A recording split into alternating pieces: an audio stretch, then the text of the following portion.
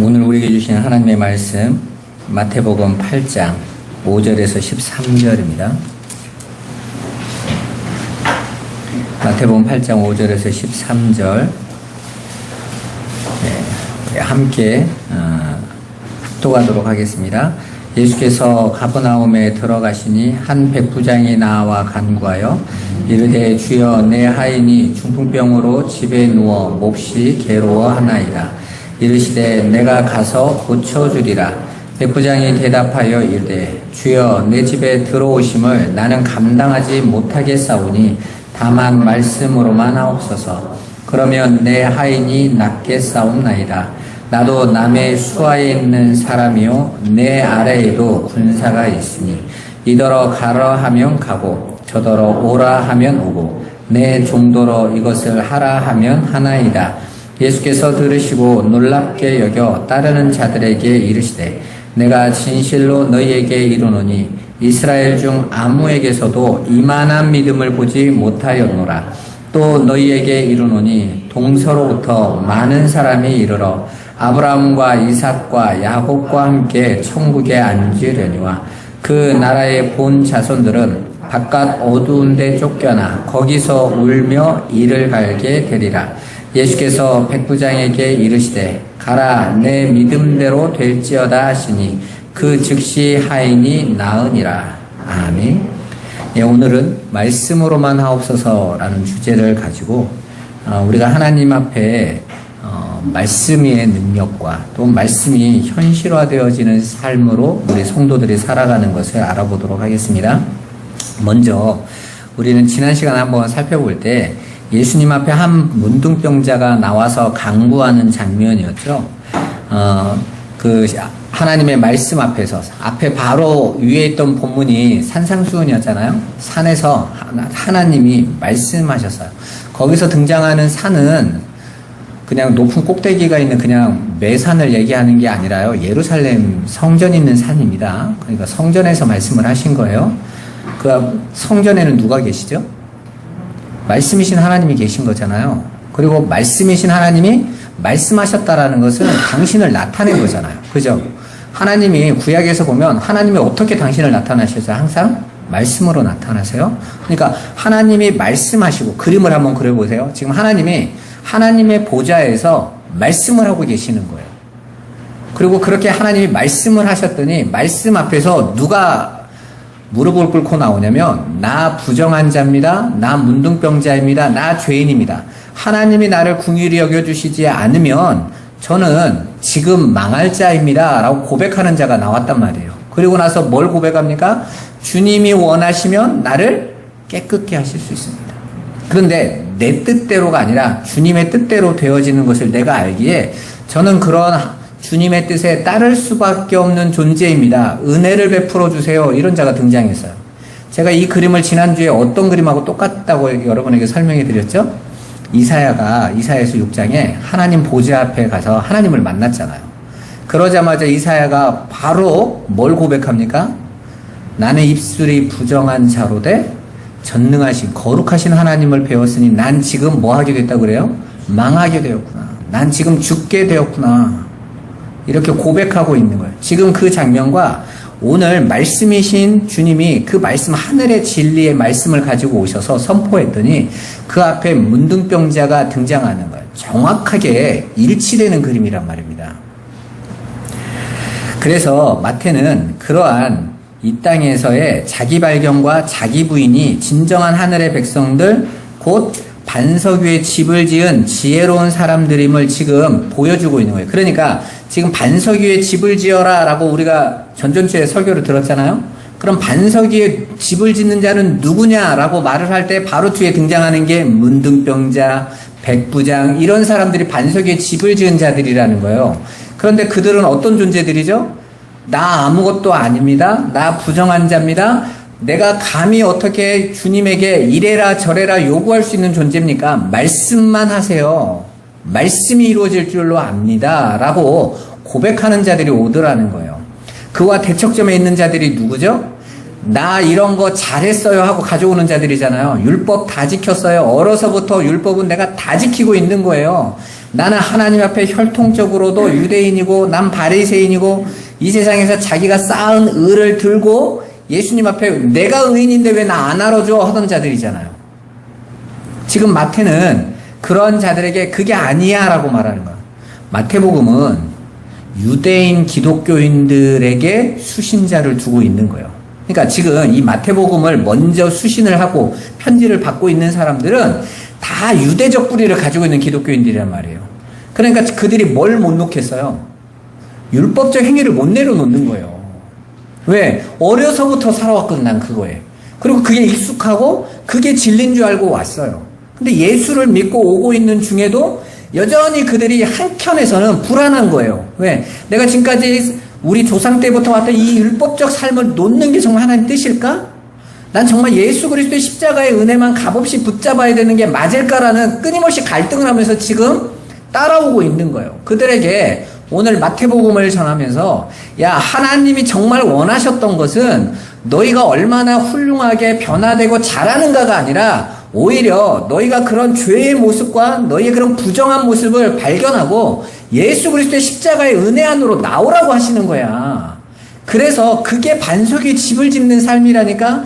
그래서 오히려 예수 앞에 문둥병자가 칭찬받고 이방인인 백부장이 칭찬받는 모습으로 그려주고 있는 거예요.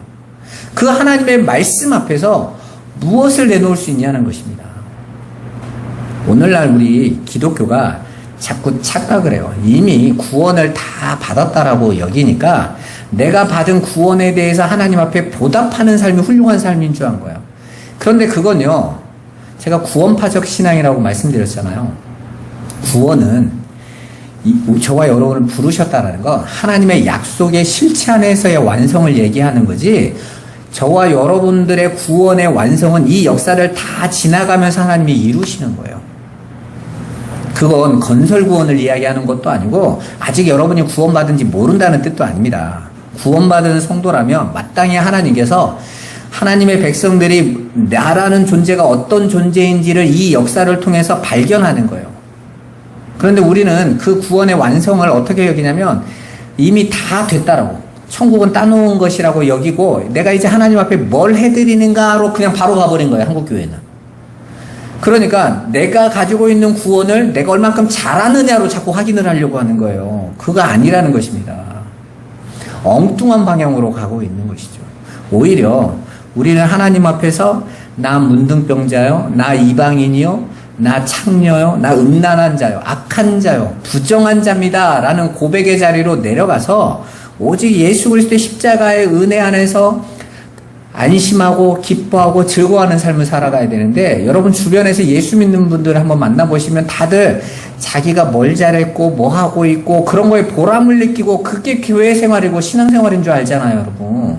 그건 평생을 다니고 엉뚱한 길을 가는 거예요. 그건 가르치는 자가 그렇게 가르쳐서 그래요.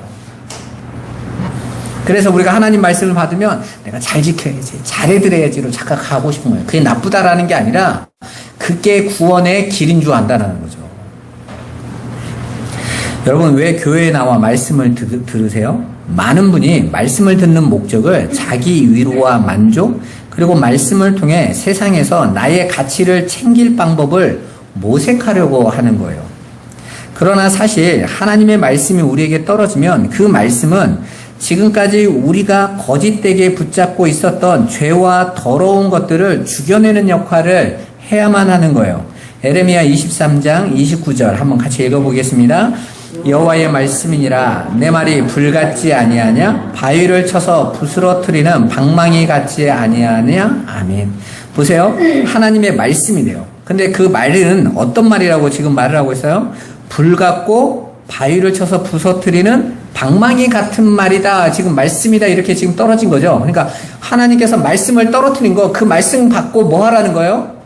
부서지라고. 내가 헛된 거 잡고 있던 거 태우라고 말씀을 주셨다는, 태우려고 주신 거고 부서뜨리려고 주신 말씀인 거예요. 그런데 대부분 사람들은 그 하나님의 말씀을 가지고 내가 얼마나 훌륭하게 잘 살아낼 수 있는 것인지를 찾으려고 하는 거죠. 그건 오늘날뿐만 아니라 에레미야 시대 때도 그랬다는 거예요. 그러니까 구약의 이스라엘 백성들도 엉뚱한 길을 가고 있었던 거예요. 그래서 정작 나라는 존재에 올바른 자기인식이 터져 나오는 것이 아니라 자꾸 그 하나님 말씀으로 내 삶의 위로와 세상의 힘을 얻는 그러한 말씀, 그러니까 하나님의 말씀이 내게 유익이 되고 나 살찌우고 나 잘 되는 것으로, 나 힘을 주는 것으로, 이 육신적인 힘을 더욱더 복돋아 주는 것으로 말씀을 잡았다라는 거예요. 왜 그랬을까요? 이 에레미야 23장을 가서 읽어보시면 거짓 선지자들이 그렇게 말했다라고 말을 해요. 나는 분명히 불을 던졌고 방망이를 줬는데 거짓 선지자들이 그 말을 가지고 어떻게 했냐면 평안하다, 평안하다, 잘 될 거야, 잘 될 거야. 그것도 그들이 평안과 잘됨을 약속한 기준이 뭐냐면 네가 잘했잖아, 하나님. 너같이 열심히 제사 드리고 열심히 전도도 하고 열심히 기도도 하니까 열심히 희생제사도 하니까 율법도 다 지키니까 하나님 너를 지켜줄 수밖에 없어. 저도 옛날에는 그래서 하나님 우리를 지켜주시는 줄 알았거든요. 이 나라와 이 민족은 절대로 누가 못 쳐들어올 거야. 왜? 하나님이 우리를 도우사. 우리 애국가에도 나와 있잖아. 하나님이 보호하사 우리나라 만세. 이게 저한테도 이게 뿌리가 내려서 우리가 지금 많은 선교를 하고 전도를 하고 교회가 전 세계에서 최고의 교회가 10대 교회 안에 5개, 6개씩 들어가 있는 이 한국 땅이 안 되면 하나님 나라가 안 이루어지고 하나님의 복음이 안전해질 줄 알았거든요.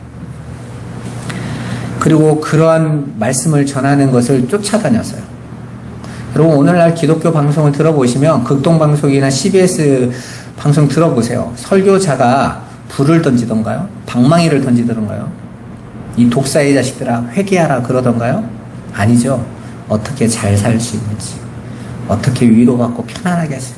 그러니까 요즘은 설교 자체가 심리학적, 긍정적 이렇게 가요. 왜? 그래야 청중이 좋아해요. 청중들도 그런 교회들을 찾아다녀요. 누가 나 위로해 줄 거야? 누가 나 좋아하는 말 해줄 거야? 하고 막 다니죠. 우리 교회 좋은 교회라고 얘기하시는 분들 보면 대부분 다 우리 교회 목사님 말씀 들으면 좋아요. 나 좋게 해주고 그거 들었더니 나 성공의 길이 열렸고 나 회복의 길이 열렸어요. 대부분 이게 증거 아닙니까? 아무도 깨지질 않아. 아무도 부서지질 않아. 나 문둥병자입니다. 나 버림받아 마땅한 존재입니다. 라는 자가 한 명도 없어. 하나님이 그러니까 그런 자들이 하나님 앞에 나와서 따지는 거죠. 내가 한 게 얼만데 나한테 이런 식으로 나오냐고 하나님하고 협상을 하고 있는 거예요.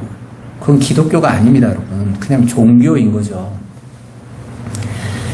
그러니까 여러분들이 하나님의 말씀을 나의 위로나 만족, 세상의 지혜를 위해 달라고 하는 목적으로 사용하시면 안 된다는 거예요.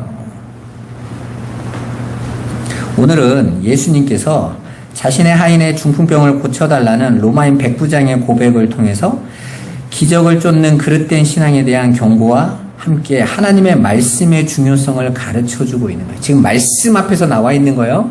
그러면 그 말씀이 어떻게 되는지를 정말 믿고 있는 자와 믿지 않는 자들의 모습이 등장한단 말입니다.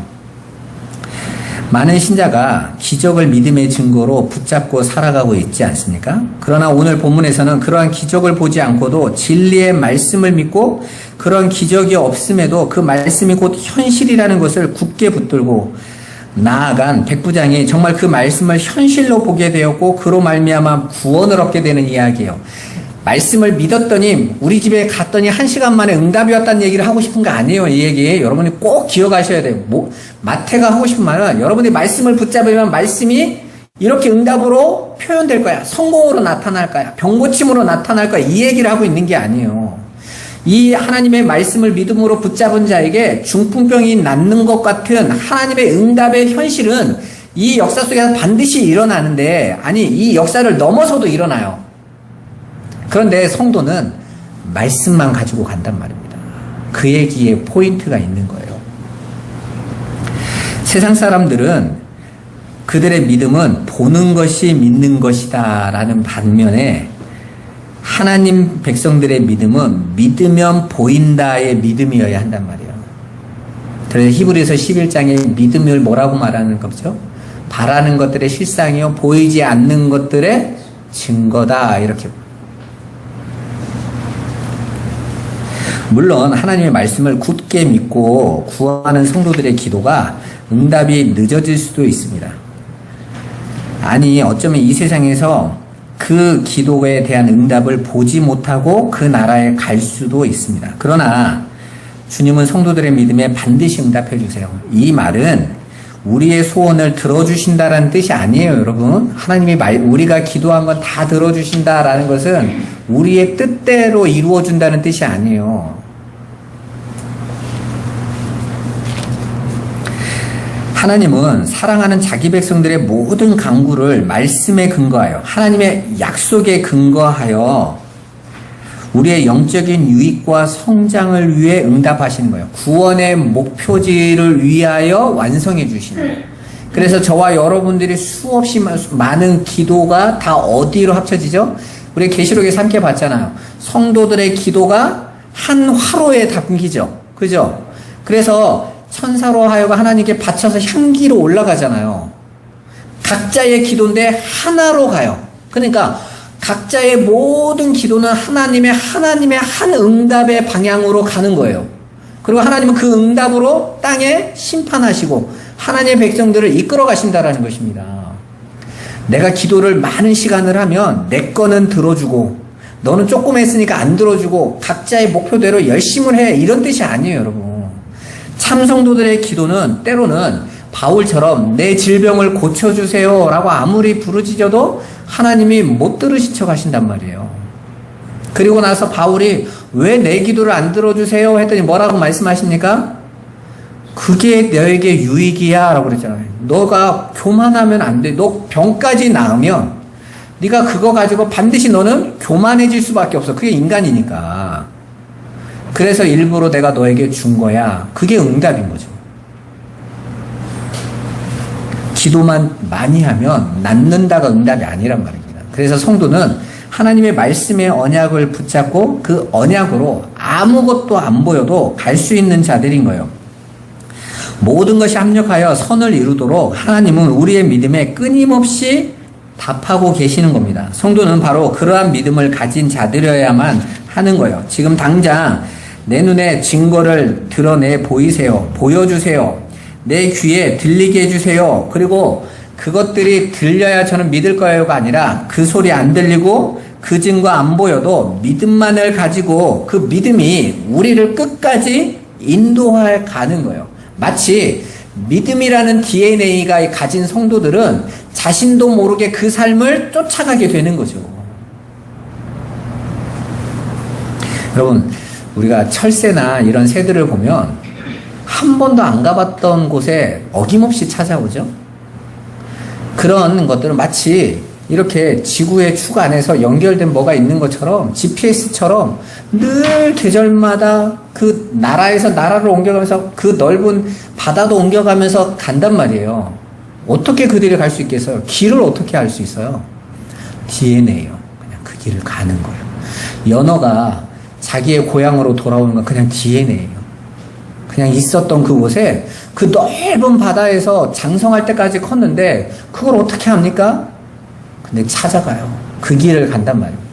마치 하나님의 백성들은 믿음이라는 DNA를 가지면 어떤 환경과 환난과 어떤 상황과 어떤 것들이 주어져도 거기에 끌리지 않고 아버지 앞으로 나아가게 되는 거예요. 사실 오늘 본문에서 중요한 것은 중풍병 고침이 아닙니다, 여러분. 사실은 중풍병자는 나오지도 않잖아요. 그죠?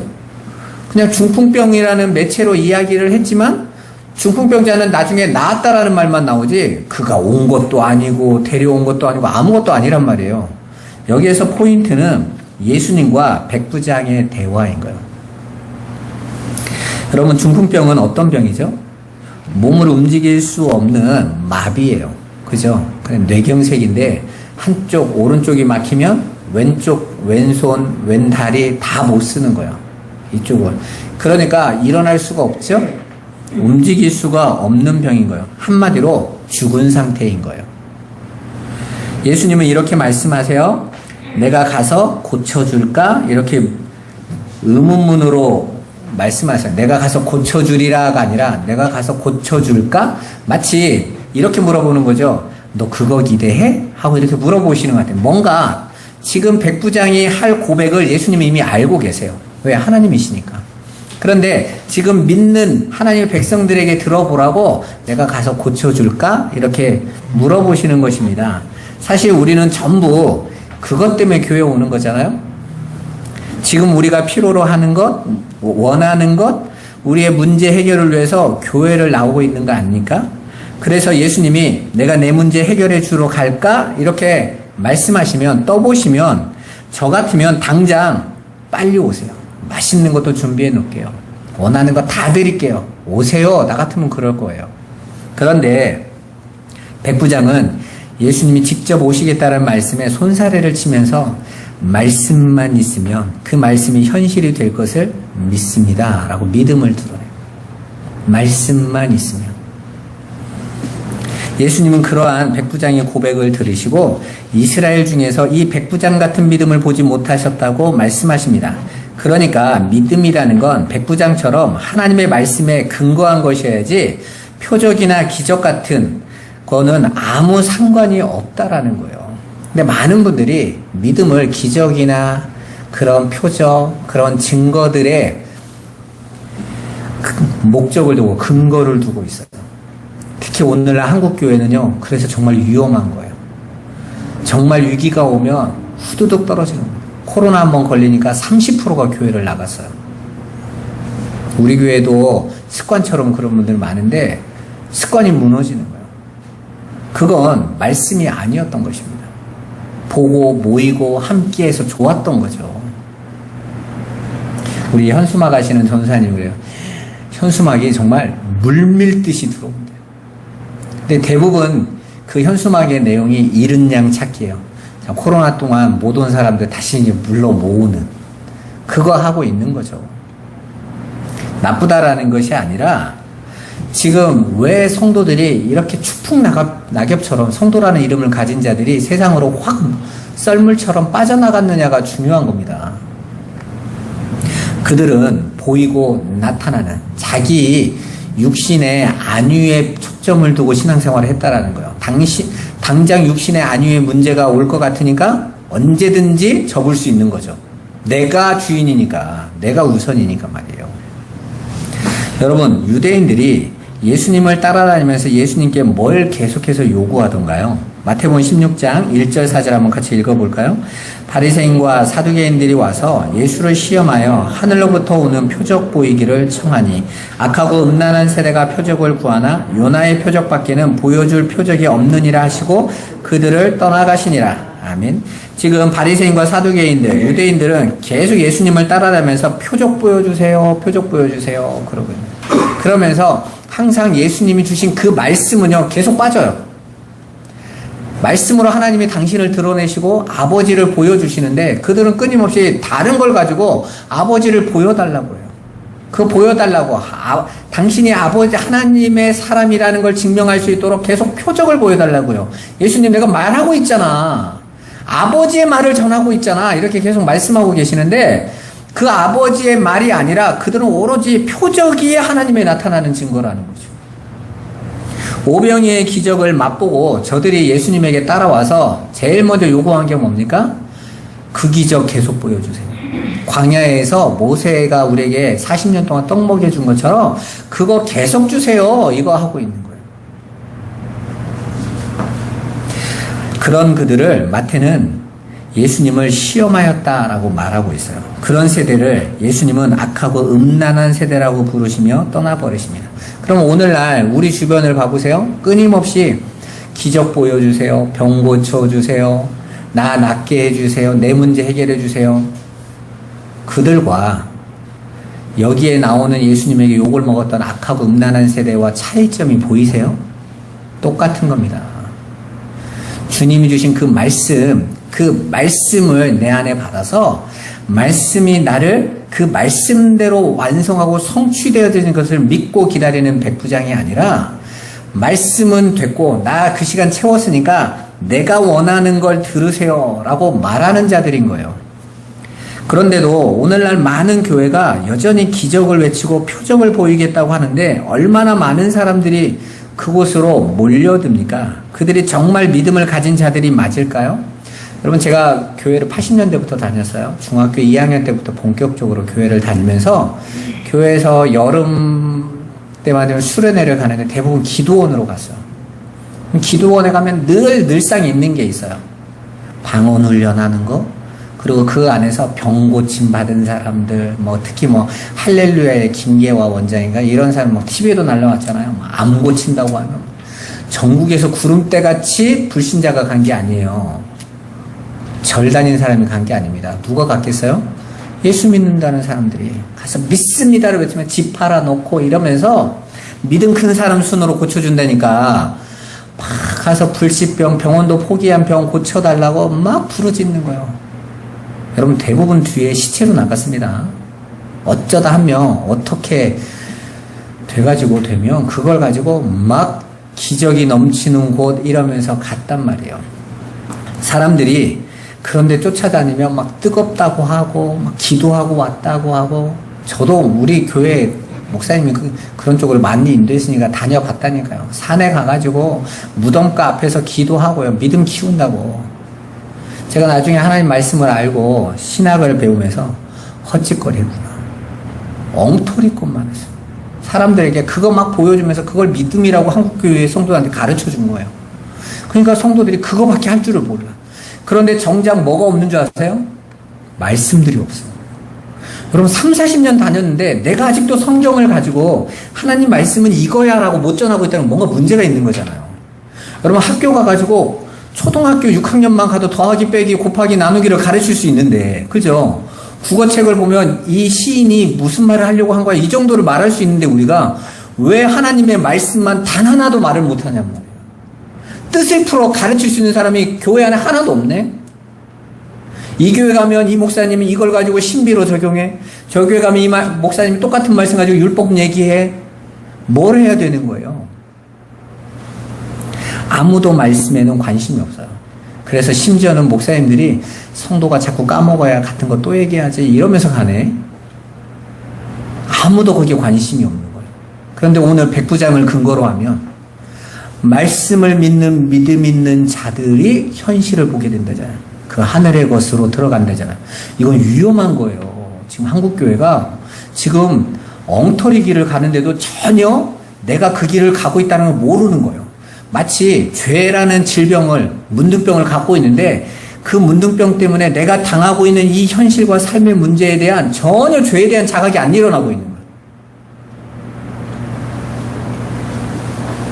오늘 백부장은 예수님께 자신의 하인을 자신의 아들이라고 표현해요. 여기서 하인이라고 써진 단어는 다 아들이라는 뜻이에요.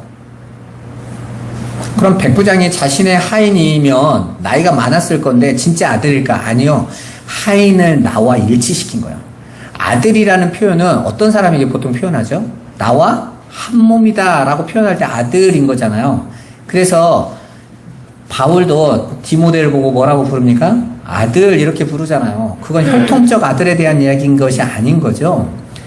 그러니까 여기에서 나오는 이 파리스가 하인이 아니라는 게 왕의 신하의 아들을 고쳐준 이야기가 누가복음에 등장하잖아요. 거기에서 나왔던 그 아들이라는 단어는 똑같은 단어예요, 이 단어. 그러니까 이게 하인이라는 뜻으로도 쓰이는데 아들이라고도 써요. 그러니까 이 정도 나이면 하인일 거라고 그냥 하인이라고 다 해석을 했는데, 제가 보기에는 이게 백부장이 뭔가 하고 싶은 말이 있는 거예요. 지금 백부장이 그 중풍병으로 쓰러진 자를 아들이라고 부르고 있는 것은 그 하인과 내가 지금 생명관계라는 거예요. 그가 곧 나고 내가 곧 그입니다 라고 표현을 하고 있는 겁니다. 그 말은 예수님에게 그 하인을 고쳐주세요, 아들입니다 라고 아들을 살려달라는 말은 다른 말로 표현하면 주님 내가 아들이 되어 살게 해주세요 라는 표현인 거예요. 그 아들을 살려달라는 곧 나를 살려달라는 거예요. 그래서 성경은 항상 아버지와 아들을 하나로 표현을 해요. 그래서 하나님께서 이삭을 내 독자 사랑하는 아들을 내게 바쳐라 라고 하는 말은 누구를 바치라는 말이라고 했습니까? 아브라함 자신이라고 그랬잖아요. 바로 그 표현인 거예요. 그러자 예수님께서 내 믿음대로 되라 이렇게 말씀하세요. 그 말은 여기서 믿음대로 되라고 하니까 네가 믿는 대로 된다는 뜻이 아니에요. 대부분 교인들이 다 믿는 대로 되는 줄 알아요. 아니요. 지금 백부장이 뭘 믿고 있냔 말이에요. 말씀이 이대로 이루어질 걸 믿습니다라는 믿음이잖아요, 여러분. 그러니까 내 믿음이 아니라 말씀의 믿음인 거잖아요. 말씀이 하시겠다고 하는 그 뜻, 그 뜻대로 저는 될 거라고 믿습니다라는 고백을 했으니까 그래, 네 그 믿음대로 될 거야 라고 말씀하시는 거예요. 그리고 그 말씀이 이 중풍병자를 구원했다, 고쳤다라는 것은 바로 그 믿음으로 너는 구원이 이루어질 거야, 완성될 거야 라는 이야기를 지금 마태가 하고 싶은 거예요. 병 고치는 얘기를 여러분들 갖고 계시면 안 돼요. 여기서 그냥 그건 우리에게 독자가 이해할 수 있도록 하나님께서 보여주시는 거죠. 그림으로. 그렇게 마태는 오히려 자신들의 율법 지킴과 행위를 근거를 둔 믿음, 곧 율법주의의 이스라엘은 오히려 죽은 자들로, 마치 중풍병으로 누워있는 자들로 표현해 버리시고, 백부장, 그 믿음으로 구원받음을 보여주는 거예요. 여러분, 백부장은 로마인입니다. 로마에서 100명의 군인을 거느리고 있는 장교를 백부장이라고 해요. 그러니까 여기서 백부장 나오면 이 사람은 이방인이다라고 그냥 아시면 돼요.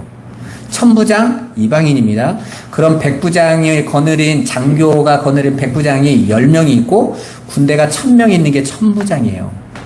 그러니까 여기에서 등장한 백부장은 율법을 완전히 알겠어요, 모르겠어요? 모르죠. 어렸을 때 지켜오던 게 아니니까. 지금 유대 땅으로 파견되어서 그 많은 좋은 사람들과 사귀면서 그 성경과 하나님 말씀을 받고, 그럼 나도 그 하나님 섬길게요 하고 시작한 사람이에요. 율법을 얼마나 알겠어요? 잘 모르는 거죠.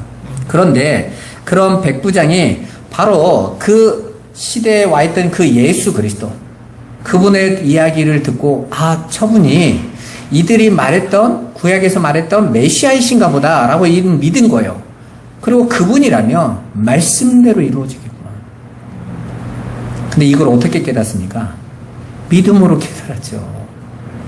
여러분, 놀라운 게 뭐냐면요, 사복음서에서 제자들은 항상 믿음 있는 자로 등장해요, 없는 자로 등장해요? 항상 믿음 없는 자로 등장하죠. 예수님이 배를 타고 같이 갈릴리 호수를 지나가는데 예수님이 주무세요. 근데 풍랑이 일어났어요. 이 사람들은 다 어부 출신입니다. 처음에는 뭐 했겠어요? 자기 것들로 풍랑을 헤쳐보려고 했겠죠. 이겨갈 수가 없어요. 그랬더니 자는 예수님을 흔들어 깨우면서 짜증을 내죠. 뭐 하세요? 지금 죽게 생겼는데. 그랬더니 예수님이 어떻게 하세요? 풍랑을 꾸짖으세요. 그리고 풍랑을 잠잠케 하십니다. 그리고 나서 제자들에게 뭐라고 말합니까? 너희 어찌하여 믿음이 없느냐 이러시죠. 그 말은 뭔 말이에요? 너희들 믿음이 없구나. 그럼 어떻게 해야 돼요? 믿음을 줘야죠. 그래서 사도행전에 믿음의 주요 온전케 하시는 성령이 그들 안으로 들어오니까 그들이 믿음을 가진 거예요. 이 얘기 되죠? 그런데 복음서에서는 이 백부장은 어떻게 그 믿음이 하나님의 은혜로 그 믿음을 보여주시기 위하여 믿음으로 오신 거예요. 이미 예수 그리스도를 근거로 요한복음에 나타난 모든 표적은 십자가를 근거로 이루어진 거예요. 백부장도 마찬가지로 그걸 보여주시기 위하여 이게 믿음이야 라고 지금 드러내고 계시는 거란 말입니다. 그렇게 율법으로도 아니고 나의 행위로도 아니고 혈통으로도 아니고 오직 하나님의 은혜로만 구원을 받는 거예요. 아들로 구원을 받는 거죠. 반대로 율법주의자들, 그 진리의 말씀의 중요성은 간과하고 그냥 자신들의 혈통, 그리고 자신들이 가지고 있는 율법 지킴, 그 행위, 어려서부터 지켰던 그것으로 당연히 구원받고 하나님 나라 갈 거라고 하는 자들은 오늘 말씀해 보니까 12절에 나라의 본 자손들은 바깥 어두운 데 쫓겨거나 거기서 울며 이를 갈게 되리라 라고 말씀하고 있잖아요. 그 말은 내가 어렸을 때부터 이걸 다 지켰는데 나를 버려? 이를 뿌드득 갈았다는 뜻이 아니라고 그랬죠. 이를 간다라고 하면 뭐라고 여러분 생각하시면 된다고 그랬어요? 헛된 양식을 먹고 있다라는 뜻이라고 그랬죠. 그러니까 헛된 양식 아닌 걸 먹으니까 우리가 갓난애기들 재울 때 자꾸 애들은 젖을 먹어야, 그 젖병을 물어야, 뭘 먹어야 편안하게 자니까 뭔 만들었죠? 공갈젖 꼭지 만들었잖아요. 딱 물면 애가 막 하면서 혼자 자는데 걔는 지금 안으로 들어가는 게 아무것도 없이 그냥 공갈 젖꼭지만 계속 깨물고 있는 거잖아요. 하나님의 말씀을 공갈 젖꼭지처럼 그들의 양식도 안 되고 하늘의 것으로 만들지도 못하는데 열심히 씻고 있는 거예요. 그게 이를 간다는 뜻이라고 그러죠. 바깥. 하나님의 진 바깥에서 그냥 자신들의 행위 이거 하면 될 거야 하고 계속 씻고 있는 모습인 거예요. 그건 이 땅에서도 마찬가지죠. 이미 구원받은 하나님의 백성들은 하늘이라는 울타리 안으로 들어온 자들이에요. 그래서 여러분 하늘의 시민들이잖아요. 그런데 하나님을 믿는다고 하면서 거짓된 것, 율법, 자기행위를 붙잡고 있는 자들은 자기들은 예수 믿고 가고 있다고 하지만 이미 바깥에 쫓겨나서 헛된 거 씻고 있는 자들인 거죠. 그렇게 될 거야 라고 말을 하는 거예요. 왜냐하면 그들이 굳게 믿고 있는 율법주의는 진리가 아니기 때문이에요. 오늘날 한국교회가 쉽게 생각하는 것이 하나님의 말씀입니다. 교회 다니면서 그 하나님의 말씀에 대한 배움은 간과하고 오히려 기적이나 자신들의 행위 그리고 그 열심에 마음을 담고 그러면 될 거라고 지금까지 왔던 거예요, 여러분. 그리고 그러한 자신들의 경험하는 것들로 믿음의 증거나 신앙의 보람을 얻으려고 하고 그 안에 구원의 확신을 뿌리내리려고 하는 거예요. 절대 확신이 안 오는 거죠. 왜요? 거기에는 참된 양식이 있는 곳이 아니니까 당연히 흔들리죠, 여러분. 그러나 믿음은 말씀 없으면 절대로 자라나지 않고 뿌리내리지 않아요. 로마서 10장 13절에서 17절까지 한번 같이 읽어보겠습니다. 누구든지 주의 이름을 부르는 자는 구원을 받으리라. 그런즉 그들이 믿지 아니하는 일을 어찌 부르리요? 듣지도 못한 일을 어찌 믿으리요? 전파하는 자가 없이 어찌 들으리요? 보내심을 받지 아니하였으면 어찌 전파하리요? 기록된 바 아름답도다 좋은 소식을 전하는 자들의 발이여함과 같으니라. 그러나 그들이 다 복음을 순종하지 아니하였도다. 이사야가 이르되 주여 우리가 전한 것을 누가 믿었나이까 하였으니 그러므로 믿음은 들음에서 나며 들음은 그리스도의 말씀으로 말미암았느니라. 아멘. 한국교회 성도들이 어디만 외우냐면요, 로마서 10장 13절만 딱 외워요. 누구든지 주의 이름을 부르는 자는 구원을 받으리라. 이것만 외워. 가지고 나 예수님 주로 부르는데요, 주로 시인하는데요, 주로 고백하는데요, 그러니까 난 구원받아서 이런 사람 엄청 많습니다, 여러분. 그 뒤에 구절을 봐야죠. 근데 그 믿음은 듣지 않는데 어떻게 생겨? 전하는 자, 진리로 전하는 자가 없는데 어떻게 들어? 그러니까 내 귀로 들었다고, 교회 와서 들었다고 들은 게 아니라 진리로 들어야 주를 부르짖는 건데 진리로 가르치는 자가 없는데 그럼 그게 너희가 들은 게 들은 거야? 안 들은 거지. 그럼 너희가 부르는 그 주의 이름을 부르면 구원받는 그 주가 진짜 주야? 아니잖아요, 여러분. 출애굽기에서 금송아지 놓고도 이스라엘은 여호와라고 부르짖었고 마찬가지죠, 여러분. 신약 초대교회부터 영지주의부터 스콜라 철학부터 끊임없이 하나님을요, 그러한 존재로 어떤 존재론적 차원에서 보이지 않는 분으로 그냥 신격화만 해놓고 주를 불렀다고요, 여러분. 그러면 어떻게 해야 돼요? 믿음은 그리스도의 말씀으로 말미암느니라. 17절의 이 말씀이 중요한 포인트인 거예요. 그러니까 여러분이 부지런히 말씀을 듣고 배우고 연구하고 알아가기를 힘쓰셔야 되는 거예요. 이거 아니면 안 돼요. 제가 이번에 그 편목하면서 논문 제목을 그렇게 썼다고 그랬잖아요. 코로나, 포스트 코로나 이후에 앞으로 한국교회가 뭐에 더해서 회복할 교회 부흥을 이룰 건가. 대부분 포인트가 뭐냐면요, 너무 한국교회는 말씀만 전했다, 몸이 건조하다 해서 전 그거 보고 웃었어요. 언제 말씀을 전해줬다고, 언제 진리를 가르쳐준 적이 있다고. 오히려 말씀보다는 찬양, 그냥 CCM이나 이런 걸로 온통 하고 봉사하고 이런 거에 포인트를 뒀지, 한국 성도 중에 누가 말씀에 귀 기울인 자가 있다고, 누가 그렇게 강조한 사람이 있다고. 그래서 제가 그랬다니까요. 오직 말씀만, 진리로만 가르치기를 더 힘써야 된다. 더 집중해야 된다.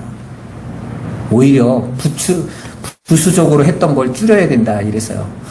목사님들 아마 읽어보고 웃었을 거예요. 뭐 이런 인간이 다 있어 그랬을 거예요. 근데 제가 보는 건 그거예요. 말씀이 아니면 누구도 주를 그리스도로 시인할 수 없고 주의 이름을 부를 수 없어요. 자신들이 주라고 불렀다고 부르고 있다라고 착각하고 있는 거예요. 여러분, 무엇이 진짜 그 말씀을 알고 배우고 그 안에 있을 때 내가 정말 뭘 구해야 되는지, 뭘 알아가야 돼, 내가 어떻게 살아가야 되는지, 하나님께서 나를 어떻게 인도하실 건지가 보일 거 아닙니까? 그래야 그 삶을 살아갈 수 있는 거예요. 더 말씀에 집중하세요. 정말 알아가기를 힘쓰세요. 승리하시기를 주님의 이름으로 축원합니다. 기도하겠습니다. 살아계신 하나님, 오늘 백부장이 말씀만 없어서 그대로 될 줄을 믿습니다 라고 고백한 것처럼 우리 꿈꾸는 교회 모든 성도들이 다른 것, 세상의 것, 사람들이 알아봐 주는 것이 아니라 정말 진리의 말씀에 깊게 뿌리를 내리고 말씀만 하옵소서, 그리고 말씀이 나를 이끌어갈 줄 믿습니다 라는 신앙으로 우리의 삶 속에 인도받게 하여 주옵소서. 우리 연약한 성도들, 또 우리 후대들, 우리 성도들의 모든 남자부터 모든 분들에 이르기까지 그 말씀에 귀 기울여서 살아나도록 역사하여 주옵소서. 예수 그리스도의 이름으로 기도드리옵나이다. 아멘.